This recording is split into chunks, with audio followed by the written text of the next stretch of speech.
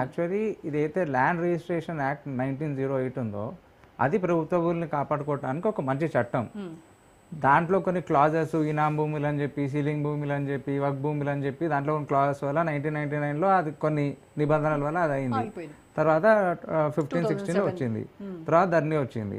ఇప్పుడు ధరణి వచ్చిన తర్వాత ఇక్కడ మనం అర్థం చేసుకోవాల్సిన విషయం ఏంటంటే, దీన్ని ఎప్పుడైతే భూభారతి చేశారో ప్రొహిబిటెడ్ ల్యాండ్సా గవర్నమెంట్ ల్యాండ్సా అనేది ఎక్కడ కూడా వాళ్ళకు సర్వే చేయలేదు, క్లారిటీ లేదు, అన్నీ కలిపి ఒకేసారి క్లబ్ చేసేసారు. ఇది వాస్తవం, అది ఎవరు ఒప్పుకున్నా ఒప్పుకోకపోయినా.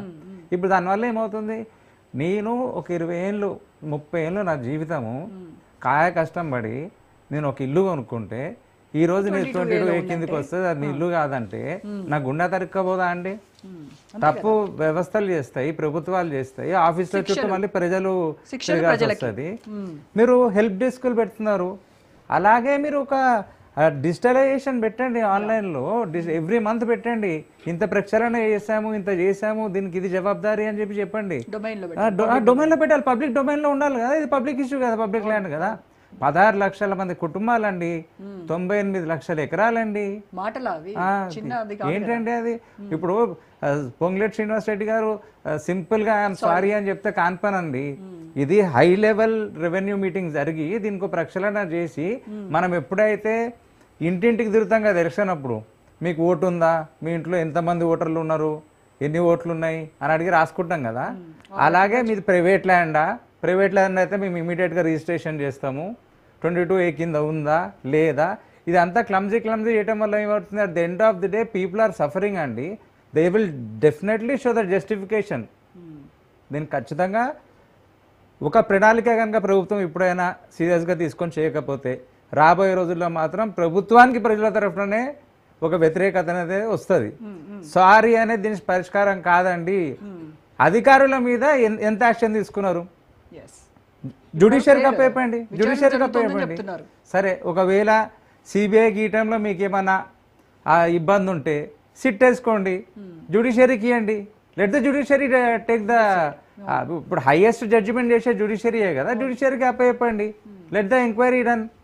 కానీ ఇక్కడ ఏ మాత్రం కూడా ప్రజలుకి అన్యాయం మాత్రం జరగటానికి మీకు ఓటే లేదు. మా హక్కు, మా భూమి, అది ఖచ్చితంగా. అన్న ఒక్క నిమిషం నన్ను మాట్లాడినరా, మా హక్కు, మా భూమి, ఇందులో ఏ రకమైన తప్పు జరిగినా ప్రభుత్వమే నైతిక బాధ్యత వహించాల్సిందే. నేను అదే అండి, మీ పేరు నాకు చెప్తే రాసుకుంటా. మీ భూమి మీరంతా 980 మంది ఫిర్యాదులు చేశారండి. వాస్తవంగా రిపీటెడ్ కాల్స్ తీసేస్తే మొత్తం రాష్ట్ర వ్యాప్తంగా 980 కాల్స్ లో ఫిర్యాదుల్లో వీరున్నారా? ఏడి 98 లక్షల భూములకు సంబంధించిన 98 లక్షల కదా మొత్తం వచ్చినాయి. రిపీటెడ్ కాల్స్ 1162 మంది ఫిర్యాదులు చేస్తే టోల్ ఫ్రీకి, అందులో రిపీటెడ్ కాల్స్ తీసేస్తే 980 మంది మాత్రమే ఉన్నారు. మరి వీరు ఫిర్యాదు చేశారు చెప్తే నేను వివరాలు రాసుకుంటారు, రెవెన్యూ మంత్రి గారిని తీసుకపోతే ఎవరు వారు? వారికి అసౌకర్యం కలిగినందుకు మేము బాధపడుతున్నాం. నేను ప్రజల పక్షాన మాట్లాడుతున్నా. నా భూమి ఏది 22A కిందకి రాలేదు. ఫస్ట్ ఆఫ్ ఆల్ మీరు నా పాత మిత్రులు, మనం ఉద్యమంలో కలిసి పనిచేసినాము, మీరు కూడా అట్లా మాట్లాడితే ఎట్లానా? నాకు కట్ అయింది. నాకు మీరు ఎవరో అర్థం కాదు. రాహుల్ అన్నా, నేను రాహుల్ని, బిఆర్ఎస్ ఎనలిస్ట్ రాహుల్ని. నువ్వు గుర్తుపట్టినావా, మర్చిపోయావు నన్ను? Right right. రాహుల్ గారా, మీరు కూడా రాజకీయ నాయకులు లెక్క చెప్తే ఎట్లండి?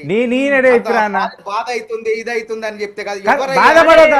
చెప్పండి. జనాల్లో తిరుగుతున్నారు.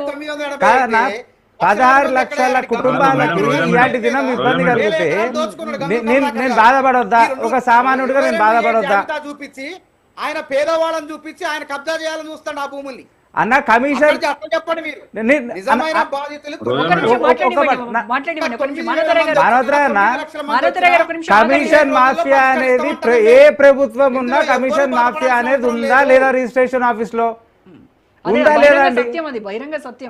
కమిషన్ మాఫియా అనేది ఉందా లేదా అన్న రిజిస్ట్రేషన్ ఆఫీస్ లో? మీకు గుండె మీద చేసుకొని చెప్పండి. మీరు పొరపాడుతున్నారు. ఈ రోజు రేపు పోదాం తీసేసి భూభారతి తీసుకొచ్చినాం, గుర్తుపెట్టుకోండి. అది తెచ్చినందుకే ఏమన్నా కన్ఫ్యూజన్ అంతా.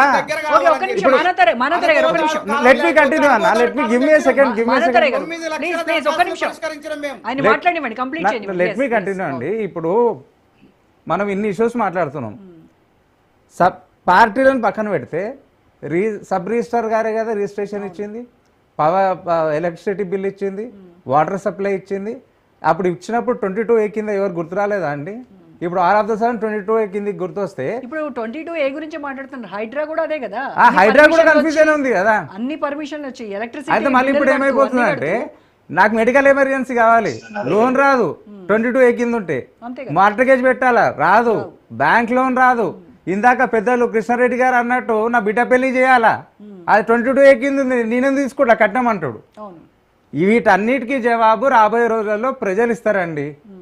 నేనైతే మూల్యం చెల్లించుకోక తప్పదంటారు కాంగ్రెస్. 101% ఈ విషయంలో అయితే. అంతే, ధరణి విషయంలో బీఆర్ఎస్ ఏ రకంగా అయితే దెబ్బతిందో దీనిలో కాంగ్రెస్ కూడా తింటది. ఎందుకంటే ప్రజలతో చెలగాటలాడొద్దు. మేము జవాబుదారితనంతో ఉన్నాం. రైట్. మీరు జర్నలిస్ట్ లాగా చెప్పట్లేదు. జర్నలిస్టులు అయితే ఆధారాలతో ఎక్కడెక్కడ ఎవరు ఇబ్బంది పడ్డారో చెప్పాలా. మీరు సగటు బీఆర్ఎస్ కార్యకర్త లెక్క మాట్లాడుతున్నారు. దయచేసి నువ్వు నన్ను బీఆర్ఎస్ అంటావానే? బీఆర్ఎస్ మీద నేను ఎంత ధరణి గురించి చెప్పాలా? మీరు విశ్లేషకుడు అంటే బీఆర్ఎస్ గురించి నాణ్యానికి కాంగ్రెస్ ప్రభుత్వంలో జరిగిన తప్పులు, బీఆర్ఎస్ జరిగిన అవినీతి గురించి చెప్పాలి మీరు విశ్లేషకుడు అంటే.